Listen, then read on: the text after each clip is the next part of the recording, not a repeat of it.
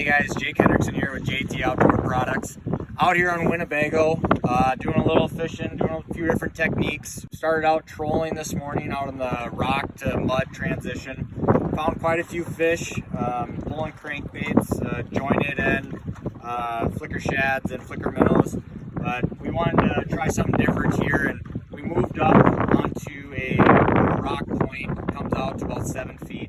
And I found a number of walleyes right on top.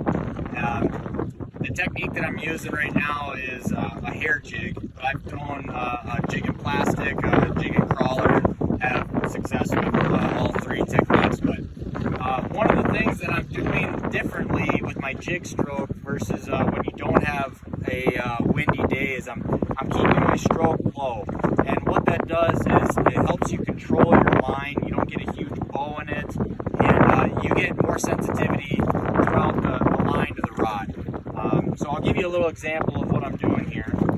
Right now I'm throwing a 3/16 hair jig that I tied up on a 610 JTX.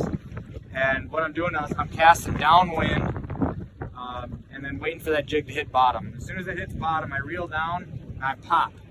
I hold and I wait for that jig to hit bottom. And I reel down again and I pop and I hold. And a lot of times on that pop and hold is when those fish will hit.